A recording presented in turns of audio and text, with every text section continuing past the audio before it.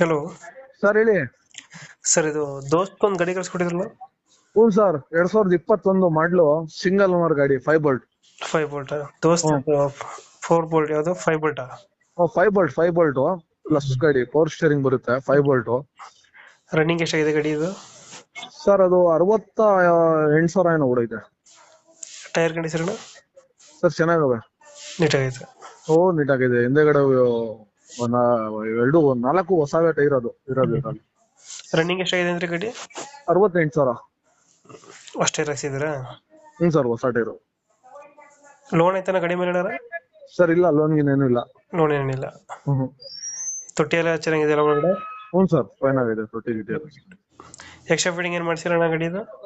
Sir extra fitting ಏನಿಲ್ಲ, company fitting ಏನ್ ಕಮ್ಮಿ ಹೆಂಗಿದೆ.